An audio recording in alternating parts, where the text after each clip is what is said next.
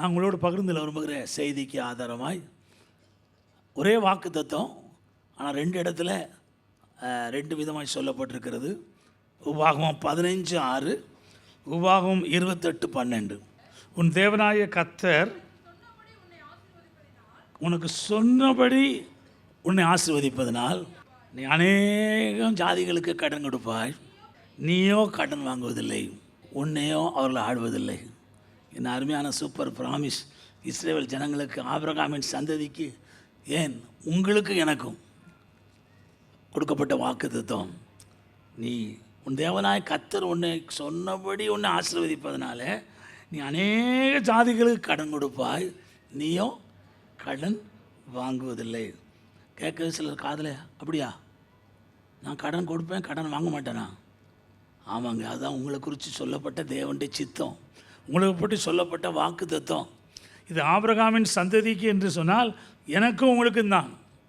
என்றால் நீங்களும் நானும் கிறிஸ்துவனுடையவர்களாக இருப்போமானால் நீங்களும் நானும் ஆபிரகாமின் சந்ததி. உபாகமம் 28:12 வாசியுங்கள். ஏற்ற காலத்தில் உன் தேசத்தில் மழை பெய்யவும், நீ கைட்டு வேலைகள் செய்யும் வேலைகளெல்லாம் கர்த்தர் கடலெல்லாம் ஆசீர்வதிக்கவும், கர்த்தர் உனக்கு தமது நல்ல பொக்கிஷசாலை ஆகிய வானத்தை திறப்பார், நீ அநேக ஜாதிகளுக்கு கடன் கொடுப்பாய், நீயோ 2 வாக்கு தத்துவத்திலும் சொல்லப்பட்டது அநேக ஜாதிகளுக்கு கடன் கொடுப்பாய். இது ஒரு கனவு, இது நடக்குமா நம்முடைய வாழ்வையில்? நான் அநேக ஜாதிகளுக்கு கடன் கொடுப்பேனா? நான் கடனே வாங்க மாட்டேனா? Is it possible? இது நடக்குமா? இது முடியுமா? நிச்சயமாய் முடியும், நிச்சயமாய் நடக்கும். சிலர் நினைக்கிறது இது ஆபிரகாமுடைய வம்சத்துக்கு கொடுக்கப்பட்டது, இஸ்ரவேலில் 12 கோத்திரத்துக்கு கொடுக்கப்பட்டது என்று தவறாக நினைக்கிறாங்க.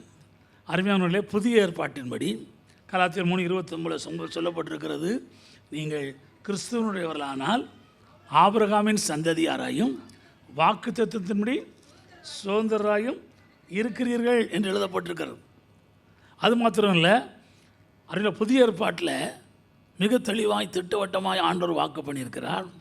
நம்ம ஆத்மா வாழ்கிறது போல் 3 யோவான் 2 நான் எல்லாவற்றிலும் வாழ்ந்து சுகமாக இருக்கும்படி விரும்புகிறேன் என்று சொல்லப்பட்டிருக்கிறது. 1 தீமோத்தேயு 6:18 எழுதப்பட்டிருக்கிறது, நாம் அனுபவிக்கும்படி சகல நன்மைகளையும் அவர் நமக்கு சம்பூர்ணமாய் கொடுக்கிறார் என்று சொல்லப்பட்டிருக்கிறது. அது மாத்திரம் இல்லை, 2 கொரிந்தியர் 8:9 எழுதப்பட்டிருக்கிறது, நாம் நம்மை ஐஸ்வர்யங்கள் ஆகும்படிக்கு அவர் கர்த்தராகிய இயேசு கிறிஸ்துவின் கிருபையை அறிந்திருக்கிறீர்களே, அவர் ஐஸ்வர்யம் உள்ளவராக இருந்தும் அவருடைய தரித்திரத்தினாலே நாம் ஐஸ்வர்யம் ஆகும்படிக்கு உங்கள் நிமித்தம் தரித்திரர் ஆனாரே. ஆண்டவர் இயேசு சிலுவையில் தரித்திரர் ஆனார், எதுக்காக? நம்மை ஐஸ்வர்யங்கள் ஆக்கும்படிக்கு. அப்படியா? நம்ம ஐஸ்வர்யங்கள் ஆகுவதற்காக இயேசு தரித்திரமானார்? வேதம் அப்படி தான் சொல்லியிருக்கு. அல்லேலூயா. தரித்திரம் என்பது ஒரு சாபம். Poverty is a கர்ஸ். என் ஆண்டவர் வசனத்துக்கு கீழ்ப்படியாமல் போனால், தேவனுக்குரமாய் பாவம் செய்தால் உன்னுடைய பிள்ளைகள் பிச்சை எடுப்பார்கள். தரித்திரம் தானே பிச்சை எடுப்பாங்க. அது ஒரு சாபம். பிச்சை எடுக்கிறது ஒரு சாபம்.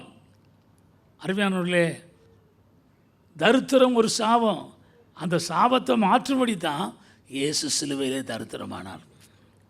இன்றைக்கி அநேகர் பழைய ஏற்பாட்டில் உள்ள சாபங்களை புதிய ஏற்பாட்டிலையும் உண்டு என்று விசுவாசிக்கிறாங்க. உதாரணமாக ஒரு சாபம், பெண்களுக்கு கொடுக்கப்பட்ட சாபம், ஏவாளுக்கு கொடுக்கப்பட்ட சாபம், நீ பிள்ளை வரும் பொழுது வேதனையோட பிள்ளை பெறுவாய். அது ஒரு சாபம். ஆனால் இயேசு கிறிஸ்து சாபம் ஆனதுனால நீ புதிய ஏற்பாட்டு விசுவாசிகளாகிய பெண்களுக்கு பிரசவத்தில் கஷ்டம், பெரிய வேதனை இருக்க வேண்டிய அவசியமே, அந்த சாபத்தை சுமந்தி தீர்த்துட்டார். என் பிள்ளைகளுக்கெல்லாம் பிரசவத்துக்கு நான் ஜெபம் பண்ணும் பொழுது அனுப்பும் பொழுது இதை சொல்லி தான் அனுப்புவேன். பெயின் இல்லாமல் பிள்ளை பிறக்காது, ஆனால் அந்த சாபம் போல் அந்த பயங்கரமான வேதனை. நீங்கள் பிரசவ ஆஸ்பத்திரியில் இருக்க முடியும் பார்த்துருப்பேங்க, ஆஸ்பத்திரியே வெடிக்கிற மாதிரி அலறுவாங்க. ஆனால் தேவ பிள்ளைகளுக்கு சாதாரணமாக, என் பிள்ளைகள் பக்கம் நான் பார்த்துருக்குறேன், 5 பெண் பிள்ளைகள். அருமையானவர்களே, விசுவாசி பிள்ளைகள் பார்த்துருக்கேன். போன 2 வாரத்துக்கு முன்னால் நம்ம சபை மூப்பர் சாம் தேவரத்துடைய மகள் சிங்குக்கு ஜோமன்ட்டு வந்து நானும் பாஸ்டர் அம்மாவும் இப்படி தான் சொல்லி ஜோம் பண்ணோம். அவட்டையும் சொன்னோம், உனக்கு வேதனை இல்லாமல் பிள்ளை பிறக்கும், நீ வேதனை வந்த உடனே லேசாக குழந்தை பிறக்கிற மாதிரி பெயின் வந்த உடனே அந்நிய பாஷையில் பேசிட்டு ஈஸியாக டெலிவரி ஆகிடணும். அதே போல் அங்கேருந்து ஃபோன் பண்ணி சொன்னாங்க, ஈஸியாக டெலிவரி ஆயிடுச்சு.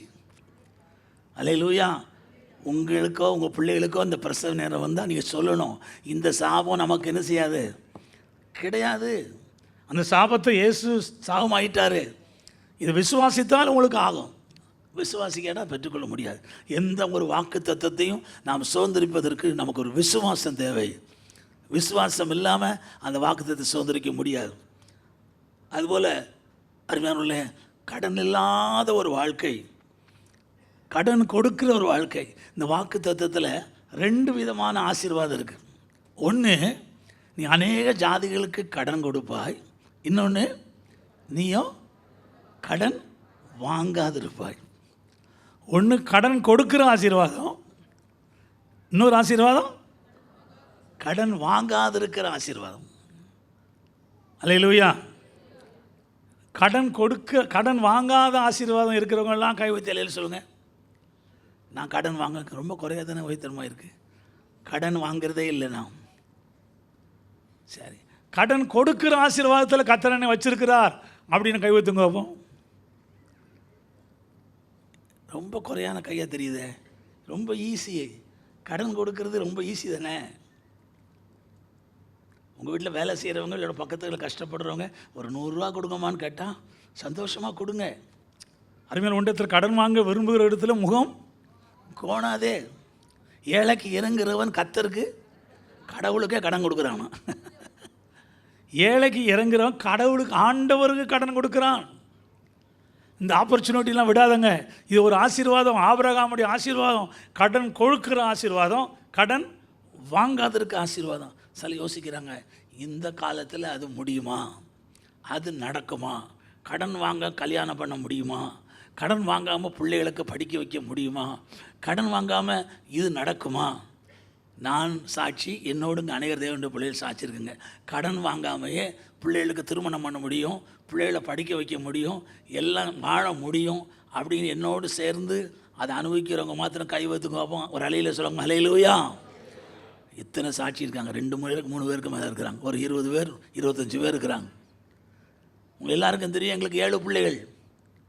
அருமையான 7 பிள்ளைகளையும் படிக்க வச்சு 7 பிள்ளைகளையும் திருமணம் செய்து கொடுத்து, அருமையான இன்றைக்கு ஆண்டவர் எங்களுக்கு 14 பேர பிள்ளைகளை கொடுத்து இந்த நாள் பரியந்தம் ஒரு பைசா கடன் இல்லாமல் எங்களை வச்சுருக்கிறார். யார்கிட்டையும் கடன் வாங்கினதே கிடையாது. யாராவது நீங்கள் சபையார் வந்து 5 ரூபா கேட்டேன், 10 ரூபா கேட்டேன், 100 ரூபா கேட்டேன்னு சொல்ல முடியாது. கடன் தேவ கிருபையினால், ஆண்டவருடைய கிருபையில் அந்த வசனத்தை நான் விசுவாசித்தேன். நீயோ கடன் வாங்காதிருப்பாய், நீயோ கடன் கொடுப்பாய். அல்லேலூயா. படிக்க வைக்கிறது எப்படிங்க, கல்யாணம் எப்படி கடன் வாங்காமல் நடத்துறது, எல்லாமே முடியும். ஆண்டோடைய வாக்கு தத்துவத்தை விசுவாசித்தால் முடியும். அல்லேலூயா. நமக்காக சட்டத்திட்டங்களை போடுறார் ஆண்டவர் இயேசு, உண்மை உள்ளவர். அதனால் என்னுடைய ஆசை, நம்முடைய சபையில் உள்ள எல்லாரும் கடன் கொடுக்கிறவர்களாய் மாறணும், அருமையானுள்ள கடன் வாங்காதவர்களாய் மாறணும். கடன் இல்லாத வாழ்க்கை எவ்வளோ ஆசீர்வாதமான வாழ்க்கை தெரியுமா? அநேகர் கடன் தொல்லையினாலேயே வியாதி வந்துருச்சு. அநேகர் கடன் தொல்லையினாலேயே தற்கொலை பண்ணி கொள்கிறாங்க. அநேகர் கடன் தொல்லையினால் கண்ணீர் வடிக்கிறாள், தூங்க முடியல அவங்களால. ஒரு கடன் இல்லாத டெப்ட் ஃப்ரீ ஒரு வாழ்க்கை செய்ய ஆண்டவர் நம்மை அழைக்கிறார், சபையார் அழைக்கிறார். அது வாக்கு தத்துவம். இதை உரிமை பாராட்ட முடியும். நீயும் அநேக ஜாதிகளுக்கு கடன் கொடுப்பா, நீயோ கடன் வாங்காதிருப்பான்னு எழுதி கொடுத்துருக்கிறார். இப்படிப்பட்ட கடன் இல்லாத ஒரு வாழ்க்கையை நீங்கள் அனுபவிக்கணுமானால் நம்ம சில நிபந்தனைகள் இருக்கிறது. நீங்கள் வேதத்தில் உள்ள எந்த வாக்கு தத்துவத்தை எடுத்துக்கிடுங்க, ஆயிரக்கணக்கான வாக்கு தத்துவங்கள் வேதத்தில் இருக்குது. அது எனக்கும் உங்களுக்கும் சொந்தம், ஆண்டவருடைய பிள்ளைகளுக்கு சொந்தம், இஸ்ரவேல் வம்சத்துக்கு மாத்திரம் இல்லை. ஆனால் அந்த வாக்கு தத்துவங்களுக்கு எந்த வாக்கு தத்துவத்தை எடுத்தாலும் அதுக்கு ஒரு நிபந்தனை இருக்கும். இனி இதை செய், நான் உனக்கு இதை செய்வேன். நம்மால் செய்ய முடியாதது ஆண்டவர் செய்ய சொல்லவே மாட்டார். நானும் நீங்களும் செய்ய முடிஞ்சதை செய்யக்கூடியது தான் அவர் செய்ய சொல்லுவார். அதை மாத்திரம் நம்ம செஞ்சால் போதும். நம்ம செய்ய முடியாதது ஒன்று கட்டாயமாக நீ செய்யி அப்படின்னு ஆண்டவர் சொல்ல மாட்டார். அல்லேலூயா. அதனால் நீங்களும் நானும் ஆண்டவர் செய்ய சொல்கிறதை, செய்யக்கூடியதை ஆண்டவர் செய்ய சொல்லுறதை நாம் செஞ்சால் போதும். அவர் செய்ய வேண்டியதை அவர் செஞ்சிருவார். அப்போ இந்த வாக்குத்தத்தம் நம்முடைய சொந்தமாக மாறிடும். இது எனக்கு மாத்திரமில்லை, இந்த வார்த்தையை கேட்குற எல்லாருக்கும் இது சொந்தம். ஒன்று, நம்முடைய தேவனை பற்றி ஒரு நல்ல காரியம் என்னென்னா அவர்கிட்ட பட்சபாதமே இல்லை. எத்தனை பேர் அதை ஆமோதிக்கிறேங்க? தேவனிடத்தில் பட்சபாதம் இல்லை, முகதாட்சணியம் இல்லை. அல்லேலூயா. தேவன் பாரபட்சம் பார்க்குறவரே அல்ல. அப்படின்னா அவர் தேவனாகவே இருக்க முடியாது. நம்முடைய தேவனிடத்தில் அவருக்கு ஒன்று இவருக்கு ஒன்று அப்படி இல்லை. அவரை விசுவாசிக்கிற எல்லாருக்கும் அது பலிக்கும். அருமையான ஆண்டவர் என்னிடத்தில் உங்களிடத்தில் வித்தியாசம் பார்க்கவே மாட்டார். அவர் பாரபட்சம் இல்லாதவர், முகதாட்சணியம் இல்லாதவர், பட்சபாதம் உள்ளவர் அல்ல. இன்றைக்கு இந்த வாக்குத்தத்தத்தை நாம் சுதந்திரித்து கொள்ள வேண்டுமானால் நம்முடைய பங்கில் நாம் செய்யக்கூடியது, நாம் செய்ய வேண்டியது ஒரு 7 காரியத்தை நான் சொல்ல போகிறேன். முதலாவது, ஐஸ்வர்யத்திற்கு ஒரு நிபந்தனை சொல்லப்பட்டிருக்கு. ஐஸ்வர்யம் இருந்தால் தானே கடன் கொடுக்க முடியும்.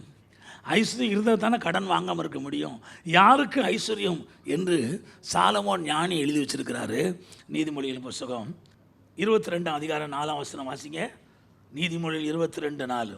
தாழ்மைக்கும் கர்த்தருக்கு பயப்படுதலுக்கு வரும் பலன் ஐஸ்வர்யமும் மகிமையும் ஜீவனுமா. ஐஸ்வர்யம் யாருக்கு கொடுப்பாராம்? தாழ்மை, கர்த்தருக்கு பயப்படுற பயம். இந்த 2 இருந்தால் உங்களுக்கு ஐஸ்வர்யம் தன்னால் தேடி வரும். ஐஸ்வர்யம் உங்களுக்கு வரும் பொழுது நீங்கள் கடன் வாங்க வேண்டியதில்லை, கடன் கொடுக்கிறவர்களாக இருப்பீர்கள். அல்லேலூயா. கடன் கொடுக்குற விஷயத்தில் இயேசுவே மலை பிரசங்கத்தில் லூக்கா சுவிசேஷம் 6:34-35 மத்தேயு 5:42 சொன்னார். இயேசுவே சொன்னார் புதிய ஏற்பாட்டில், கைமாறு கருதாமல் என்ன செய்யுங்கள்? கடன் கொடுங்கள். கைமாறு கருதாமல் கடன் கொடுங்கள். இயேசு சொல்லியிருக்காருங்க, கைமாறு கருதாமல். நீங்கள் திரும்பி கொடுப்பார்கள் என்று நீங்கள் கடன் கொடுத்தால் என்ன பலன்? மற்றவர்களுக்கு உங்களுக்கு என்ன பலன்? பாவிகளும் திரும்ப கொடுக்கப்படும்படி கடன் கொடுக்குறார்களே. அப்போ நம்ம கடன் கொடுக்கும் பொழுது திரும்ப கொடுக்காட்டாலும் பரவாயில்ல, அப்படி தான் கொடுக்கணுங்க. இயேசு சொல்லியிருக்காருங்க பைபிளில். பிரதர், இந்த கடன் கேட்குறாரு ஒருத்தர், ஒரு 1000 ரூபா வேணும். பிரதர், நான் உங்களுக்கு தர்றேன், கொடுக்க முடிஞ்சால் கொடுங்க, கொடுக்க முடியாட்டாலும் பரவாயில்ல. இப்படி சொன்னால் அவங்க எப்படி தருவாங்க? தரவே மாட்டாங்க பிரதர்னு சொல்லலாம். இப்போ ஆண்டவர் அப்படி தான் சொல்கிறார், திரும்ப கொடுப்பார்கள்னு நினச்சி கொடுக்காதுங்க. நான் அப்படி தாங்க கொடுப்பேன். என்கிட்ட பணம் இருந்தால் கடன் கொடுத்தால் இந்த கண்டிஷனில் கொடுப்பேன். நீங்கள் திரும்ப கொடுக்க முடிஞ்சால் கொடுங்க, கொடுக்காவிட்டாலும் பரவாயில்ல, கடன்னு நினைக்காதுங்க. அல்லேலூயா, அல்லேலூயா. அப்படி கொடுத்து அப்படி கடன் கொடுத்ததுனால நான் குறைஞ்சி போவே இல்லையே. ஆண்டவர் உண்மை உள்ளவர். அப்படியான தாழ்மைக்கும் கர்த்தருக்கு பயப்படுதலுக்கும் பயம். தாழ்மையாக இருந்து கர்த்தருக்கு பயந்தோன்னு சொன்னால் நம்ம குடும்பங்கள் செழிக்கும்படி செய்வார். இஸ்ரவேல் புத்திரரில் இந்த எபிரேய ஸ்ரீகளை குறித்து எழுதப்பட்டிருக்கிறது. யாத்திரா புஸ்தகத்தில் 1ஆம் அதிகாரத்தில் எழுதப்பட்டிருக்கும். 1ஆம் அதிகாரம் 20-23 வசனத்தில் எழுதப்பட்டிருக்கும். அந்த எபிரேய மருத்துவச்சிகள் கர்த்தருக்கு பயந்ததுனால அந்த ஆண் பிள்ளைகளை உயிரோடு காப்பாற்றினாங்க. அவர்கள் குடும்பங்கள் தழைக்கும்படி குடும்பம் தழைக்கும்படி செய்தார்னா என்ன அர்த்தம்? குடும்பம் செழிப்படையும்படி செய்தார். அவன் கடன் வாங்கலை. அவன் ஆண்டவருக்கு பயப்படுகிற தாழ்மைக்கும் கர்த்தருக்கு பயப்படுதலுக்கும் வரும் பலன் ஐஸ்வர்யம். ஐஸ்வர்யம் வந்தால் கடன் வாங்க வேண்டிய தேவையில்லை. கர்த்தர் நாமத்துக்கு ஸ்தோத்திரம். 2வது, ஆண்டவர் நம்ம ஆசீர்வதிக்கும் பொழுது கடன் நாம் வாங்காமல் இருக்கணும். 2வது, ஏற்கனவே சொன்ன கடன் கொடுக்கணும். ஆப்பர்ச்சுனிட்டி கிடைக்கும் பொழுதெல்லாம் என்ன செய்யணும்? கடன் கொடுக்கணும். இந்த பிரசங்கத்தை கேட்டிருக்குங்க. இந்த வாரத்திலே சோதனை வரும், சான்ஸ் வரும். கடன் கேட்டு வருவாங்க உங்கள் வீட்டுக்கு. ஐயோ, கடன் கேட்டு வருவாங்களா? சான்ஸ் இருந்தால் விட்டுறாதங்க. ஏழைக்கு இறங்குறவன் கர்த்தருக்கு கடன் கொடுக்குறாங்க. ஆண்டவருக்கே கடன் கொடுக்க முடியும் எப்படின்னா ஏழைக்கு கொடுத்தா. அப்போ அந்த கொடுக்கக்கூடிய ஒரு மனப்பான்மை இருக்கணும். ஆண்டவர் நம்மை ஆசீர்வதிக்க வேண்டுமானா, கடன் வாங்காத ஆசீர்வாதம், கடன் கொடுக்குற ஆசீர்வாதம், கடன் கொடுக்க அருமையானவர்களே அதை சந்தர்ப்பத்தை பயன்படுத்தி கொள்ளணும். சங்கீதம் 37:21 எழுதப்பட்டிருக்கிறது. அவன் 21, துன்மார்க்கன் கடன் வாங்கி செலுத்த போகிறான், நீதிமானோ இறங்கி கடன் கொடுக்கிறான். 26 அவன் நித்தம் இறங்கி கடன் கொடுக்கிறான், அவன் சந்ததி ஆசீர்வதிக்கப்படும். கடன் கொடுத்தா சந்ததியே ஆசீர்வதிச்சிருவாரான். அவன் நித்தம் கடன் கொடுக்கிறான், அவன் சந்ததி ஆசீர்வதிக்கப்படும். நான் சொல்கிறது என் சொந்த வார்த்தையை சொல்லலைங்க. வானத்தையும் பூமியும் படைத்த தேவன் எழுதி வச்சு அந்த புஸ்தகத்தில், வேத புஸ்தகத்திலேருந்து சொல்கிறேன். இது சத்தியம். நீ இத்தனை இறங்கி கடன் கொடுத்தா உங்கள் சந்ததி ஆசீர்வதிக்கப்படும். அல்லேலூயா, அல்லேலூயா. 3வது, கடன் இல்லாமல் வாழணும், கடன் கொடுக்கணும், கடன் வாங்காமல் இருக்கணும்னா 3வது அருமையானவர்களே, இருக்கிற கடனை திரும்ப கொடுக்க மனசோடு இருக்கணும். ஏற்கனவே கடனை வாங்கியிருக்கேங்க, அந்த வாங்கின கடனை என்ன செய்யணும்? திரும்ப கொடுக்கணும். கடனே இல்லாட்டா பரவாயில்ல, கடன் இருக்குது, இவ்வளோ கடன் கொடுக்கணும் அப்படின்னா அதை கொடுக்கறதுக்கு ஜெபம் பண்ணி கொஞ்சம் கொஞ்சமாவது கொடுத்து அடைச்சிடணும். அவங்களே வேண்டான்னு சொன்னால் பரவாயில்ல, ஆனால் நீங்களாக முடியாதுன்னு சொல்லாதபடி அதை கொடுப்பதற்காக நீங்கள் திட்டமிட்டு ஆர்வியானுள்ள அந்த கடனை திரும்ப கொடுக்க மனதொல்லாக இருக்க வேண்டும், மனசு வேணும். 4வது அறிவியானுள்ள சுறுசுறுப்பாக வேலையில் ஜாக்கிரதையாக இருக்கணும்.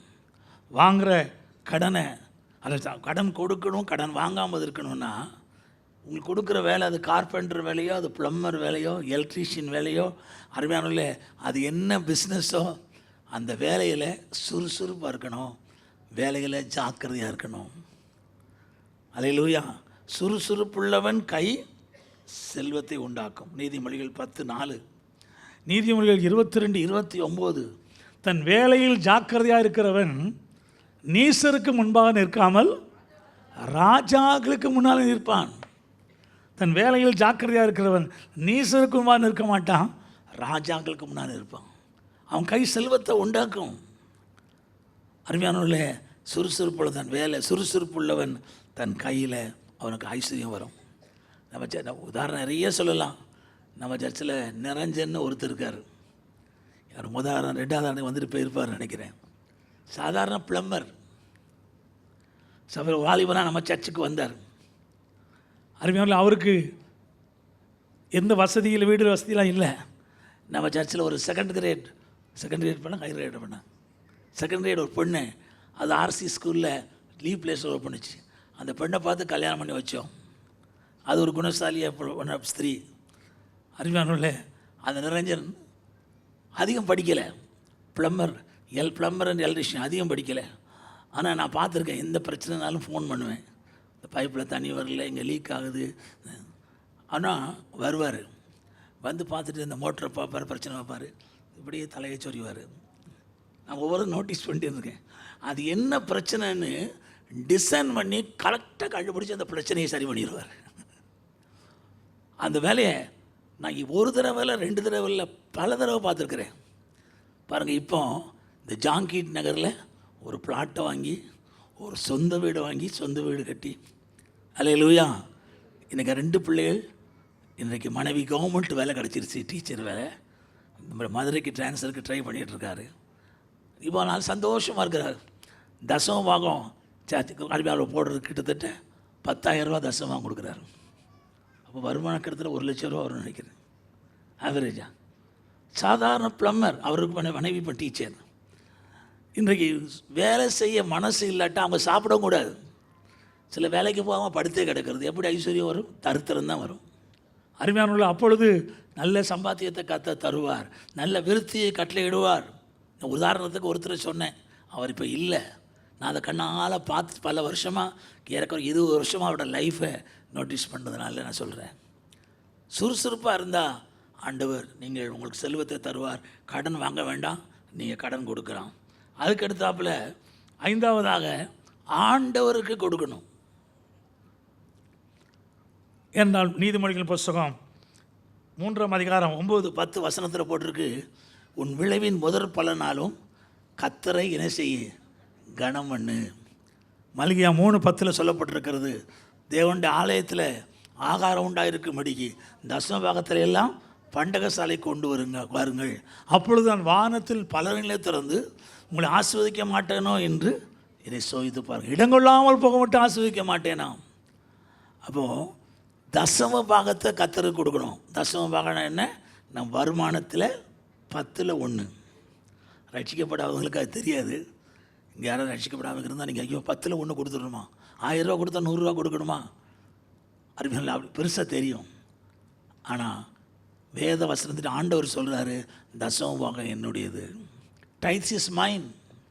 அது ஆச்சரியமாக இருக்குது, எல்லாமே அவருடைய தான்.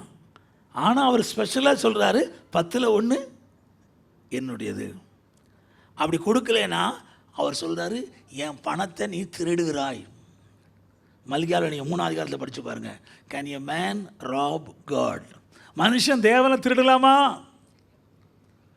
ஜனங்கள் சொல்கிறாங்க, எதில் ஆண்டவரே திருடணும்? ஆண்டவர் சொல்கிறாரு, நீங்கள் தசமபாகத்திலும் காணிக்கையிலும் தான் என்ன திருடணுங்க அப்படின்னு சொல்கிறாரு. வஞ்சிக்கலாமான்னு தமிழ் பைபிளில் இருக்குது. இங்கிலீஷ் பைபிளில் can a man rob God, அதை வாசிங்கள பைபிளில் அது வசனம் இருக்குதான்னு சிலருக்கு சந்தேகமாக இருக்குது. மல்கியா 3:8 வாசிங்க. மனுஷன் வஞ்சிக்கலாமா என்பதை நான் இப்படி தமிழ் ஒரிஜினல் டிரான்ஸ்லேஷன், மனுஷன் தேவனை திருடலாமா? நீங்களோ என்னை வஞ்சிக்கிறீர்கள், நீங்களோ என்னை வஞ்சிக்கிறீர்கள். எதிலே உம்மை வஞ்சித்தோம் என்கிறீர்கள், எதிலே உம்மை திருடினோம் என்கிறீர்கள். தசம பாகத்திலும் காணிக்கையிலும் தானே, தசம பாகத்திலும் காணிக்கைகளும் தானே. நீங்கள் சபிக்கப்பட்டவர்கள். பாருங்க, சாபம், நீங்கள் சபிக்கப்பட்டவர்கள். இன்றைக்கு அநேகர் ஆண்டவருடையதை ஆண்டவருக்கு கொடுக்காமல் 10,000 ரூபா சம்பளம்னாலும் 10,000 அவர் தான் கொடுக்குறாரு. அது 1000 எடுத்து ஆண்டவருக்கு கொடுக்காட்டா ஆண்டவர் அந்த ஆசீர்வாதம் வரவே முடியாது. அருமையானவர்களே, இன்றைக்கி பொருளாதார ஆசீர்வாதத்துக்கு ஒரு சீக்ரெட்டு ஆண்டவருக்கு கொடுக்கணும். எந்த அளவினால் அளக்கிறீர்களோ அந்த அளவினால் உங்களுக்கு அளக்கப்படும். அமுக்கி குலுக்கி சரிந்து முடியும் உங்கள் மடியில் போடுவார்கள். விதைப்பு உண்டானா நிச்சயம் அறுவடை உண்டு. அதெல்லாம் கட்டாயம் தசம பாகம் 10,000 ரூபா சம்பளம் 1000 ரூபா பிடியும் ஆண்டவரே. இந்த 9,000 ரூபா பற்றி எனக்கு கேட்கக்கூடாது. என்கிட்ட ஏன் இஷ்டத்துக்கு செலவழிப்பேன்னா அப்பவும் ஆசீர்வாதம் இருக்காது. 10,000 கத்தருடையது தான். 1000 கத்தருக்கு கொடுத்துட்டு 9,000 ஞானமாக செலவழிக்கணும், சீக்கிரமாக செலவழிக்கணும், புத்தியாக செலவழிக்கணும். Avoid unnecessary expenses. வீண் செலவுகளை தவிர்க்க வேண்டும். அது ஆண் புருஷனாக இருந்தாலும் மனைவியாக இருந்தாலும் அனாவசியமான செலவுகளை தவிர்க்கணும். அல்லேலூயா. ஆண்டவர் ஐஸ்வர்ய சம்பன்னர். ஆனால் நான் ஏசப்பாட்ட ஒன்றை படிச்சிருக்கேன், உன்னை வீணாக்க விரும்பாதவர். எதையுமே வீணாக்க விரும்பாதவர். பணத்தையோ நேரத்தையோ ஆகாரத்தையோ பொருட்களையோ வீணாக்குவது இயேசுவுக்கு பிடிக்காது. 5 அப்பம் 2 மீனை ஆசீர்வதித்து கொடுத்து கேட்குறது படிக்க எல்லாரும் கொடுத்தாரு திருப்தியாக. ஆனால் சீசர்கிட்ட சொன்னார், இந்த சின்ன பிள்ளையெல்லாம் நிறைய வாங்கிட்டாங்க, மீனையும் அப்பத்தையும் திங்க முடியல, சாப்பிட முடியல. அப்போ கீழே சிந்திட்டாங்க. உடனே சீசர்களுக்கு சொன்னார், ஒன்றும் சேதமாகாதபடிக்கு எல்லாத்தையும் என்ன செய்யுங்க, கேதர் பண்ணுங்க. வீணானதை ஒன்றும் வீணாகாதபடி என்ன செய்யுங்க, சேகரியுங்கள் என்று இயேசு சொன்னதாக பைபிளில் இருக்குது. பார்த்துங்களா? அப்போ இயேசு பணத்தையோ நேரத்தையோ சாப்பாட்டையோ வீணாக்க விரும்பவில்லை. அநேகர் பிச்சைக்காரருக்கு போடாமல் கெட்டு போய் தூர போடுவாங்க. முந்தின நாளே பிச்சைக்காரருக்கு போயிட்டால் பரவாயில்ல, அந்த பிச்சைக்காரராக சாப்பிட்ருப்பாங்க, வச்சு நாளைக்கு சாப்பிட்லாம் அப்படி வைப்பாங்க. நாளைக்கு பூசணம் ஊற்றுரும், தூர தான் போடணும். அருமையானவர்கள், எதையுமே வீணாக்கூடாது. பணத்தையோ பொருளையோ நேரத்தையோ. எங்கள் அம்மா, எங்கள் வீட்டில் ஒரு டீச்சர் தாங்க, அப்பா அம்மா ரொம்ப ஸ்ட்ரிக்ட்டு. எத்தனையோ பேருக்கு சாப்பாடு இல்லை, ஒன்றையும் வீணாக்கக்கூடாதுன்னு சொல்லிடுவாங்க, திட்டிடுவாங்க. ஒரு சாப்பாட்டை வீணாக்கக்கூடாது.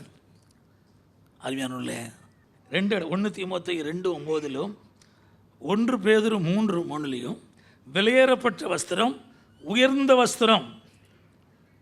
இதை தவிர்க்கணும். தகுதியான வஸ்திரம். தகுதியான வஸ்திரம் போதும்.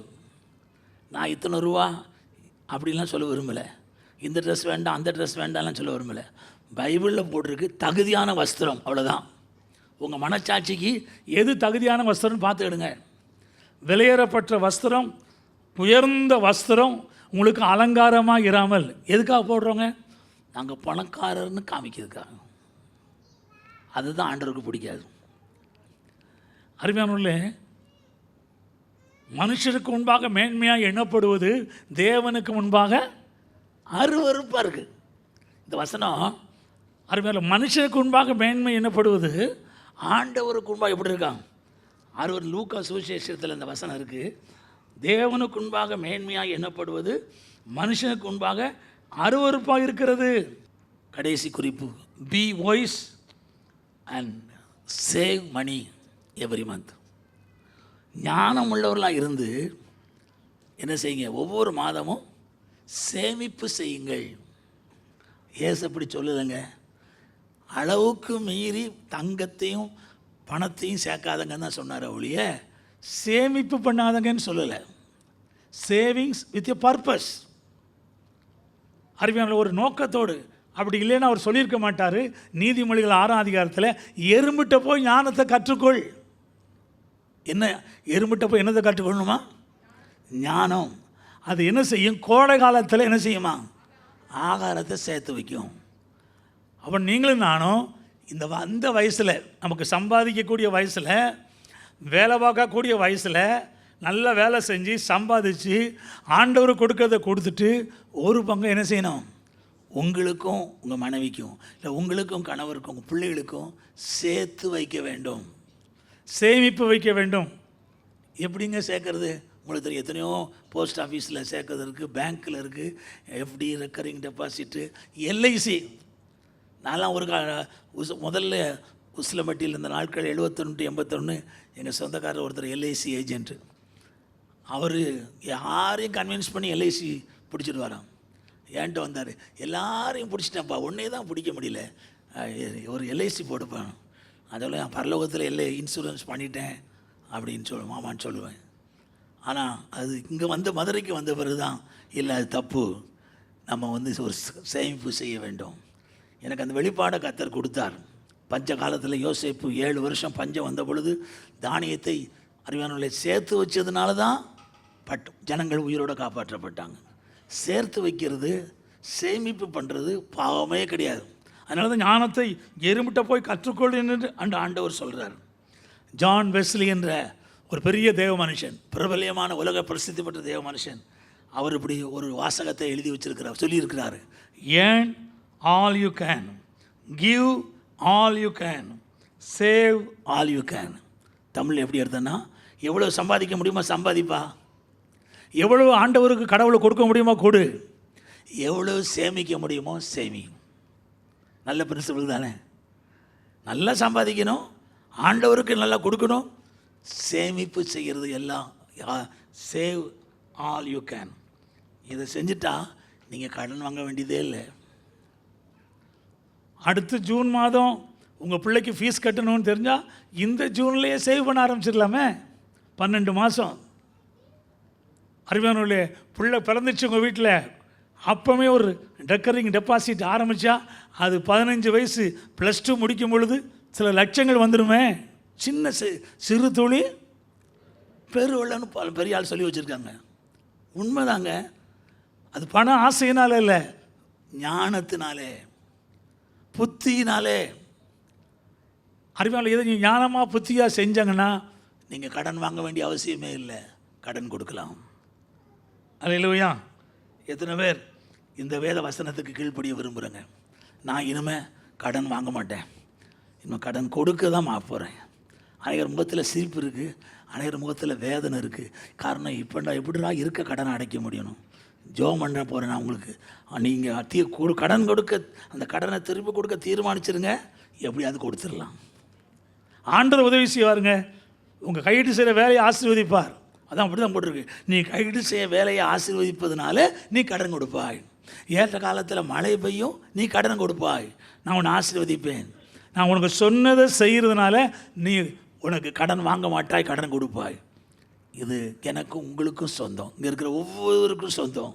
இதை விசுவாசிங்க, இந்த செய்தியை தியானிங்க, கீழ்ப்படிங்க. நிச்சயமாய் அருமையான கர்த்தர், நீங்கள் அநேக ஜாதிகளுக்கு கடன் கொடுப்பீர்கள், கடன் வாங்காதிருப்பேன். இந்த வாக்கு தத்தத்தை நான் இதை மூளையில் யோசித்து பேசலைங்க, இதை அனுபவித்து பேசுகிறேன், 100க்கு 100 விசுவாசித்து பேசுகிறேன். என் வாழ்க்கையில் அதை செய்கிறார்கள். அல்லேலூயா. நான் தசம பாகம்லாம் கொடுக்கறதில்ல, எவ்வளோ கொடுக்க முடியுமோ அவ்வளோ கொடுக்குறேன். கர்த்தர் சாட்சி. அருமையான எவ்வளோ கொடுக்க முடியுமோ கணக்கு பார்த்துட்டு தசம பாகம் இல்லை, ஒரு 50% கொடுக்க முடிஞ்சால் ரொம்ப நல்லது. ஆனால் கணக்கு பார்க்காம நான் கொடுக்குறேன். ஆண்டவரும் எனக்கு கணக்கு பார்க்காம கொடுக்குறார். அல்லேலூயா. ஏன்னா ஆண்டவர் பார்க்குறாரு, நம்ம கொடுக்குறது ஒன்றையும் அவருடைய கண்கள் பார்த்து கொண்டு இருக்கிறது. நம்ம கொடுக்குறத கர்த்தர் பார்க்குறாரு. உடனே ஏழை கொடுத்துட்டு உடனே திரும்ப கொடுத்துட்றாரு. ஆண்டவருக்குன்னு கொடுத்துட்டு அவர் பல மடங்கு பெருக்கி கொடுத்துட்றாரு. கர்த்தர் ஒருத்தருக்கும் கடனாளி இல்லைங்க, அவர் ஒருவருக்கு கடனாளி கிடையாது. நீங்கள் எதை செய்கிறீங்களோ அதை பல மடங்கு பெருக்கி உங்களுக்கு தருவார். அல்லேலூயா, அல்லேலூயா. இந்த செய்தியை நீங்கள் அனுபவமாக்கணும். இனி கடனை வாங்கக்கூடாது, கல்யாணத்துக்கும் கடன் வாங்கக்கூடாது, அருமையான எதுக்குமே கடன் வாங்கக்கூடாது. உங்களுக்கு ஆஃபீஸில் வேலை பார்க்குற இடத்துல கவர்மெண்ட்டில் லோன் கொடுக்குறாங்கன்னா வீடு கட்டுறதுக்கு கடன்னா அது வாங்குங்க, அது சம்பளத்தில் பிடிச்சிருவாங்க, அது வட்டி கடன் இல்லை. அந்த மாதிரி உங்கள் வேலை ஸ்தலத்தில் வீடு கட்டுவதற்கோ அது நல்ல ஒரு யோசனையான காரியம், ஒரு சேவிங்ஸ் போல். அப்படின்னா நீங்கள் கடன் வாங்கலாம். கவர்மெண்ட்டில் கொடுக்குற கடன் அதை திரும்ப கொடுக்கும். பொய் சொல்லி கடன் வாங்கக்கூடாது. கல்யாணம் இல்லாமையே ஒரு கல்யாண கார்டு அடித்து உங்கள் பிள்ளைக்கு, என் பிள்ளைக்கு கல்யாணம்னு சிலர் அரசாங்கத்தில் கடன் வாங்குகிறாங்க. அது தப்பு. காரணம் பொய் சொன்னால் ஆண்டோடைய ஆசீர்வாதம் இருக்கார். உங்களுக்கு தெரிந்த அறிமுகமான ரொம்ப நெருங்கி பழம் இல்லை அவங்கள மாத்திரம் சிம்பிளாக கூப்பிட்டு, இன்றைக்கி பெரிய பிரச்சனைன்னா பணக்காரங்கள்லாம் சிம்பிளாக கல்யாணத்தை முடிச்சிடுறாங்க. இந்த ஏழைகள் தான் பெருசாக கல்யாணத்தை வச்சு கடன் பெற்றுறாங்க. பணக்காரங்க எங்கேயாவது ஹோட்டலில் வச்சு வீட்டுக்கு வந்து சாப்பிட வந்துடுவாங்கன்ட்டு ஹோட்டலில் வச்சு கல்யாணத்தை முடிச்சு அனுப்பிச்சி விட்டுறாங்க எல்லாரையும். அறிவியானுள்ளே, நம்ம ஞானமாக யோசனையாக செலவு பண்ணணும். கடன் வாங்கி ஒரு பெரிய ஆசீர்வாதத்தை இதை செய்ய வேண்டிய அவசியம் இல்லை. கர்த்தரை நம்பி செயல்படுவோம், நம்ம செழிப்படைய செய்வார். நீதிமான் துளிர் விடுவார்கள். அதில் கர்த்தரை நம்புகிறவர்கள் செழிப்பான் என்று சொல்லப்பட்டிருக்கிறது. நீ அநேக ஜாதிகளுக்கு கடன் கொடுப்பாய், நீயும் கடன் வாங்காதிருப்பாய்.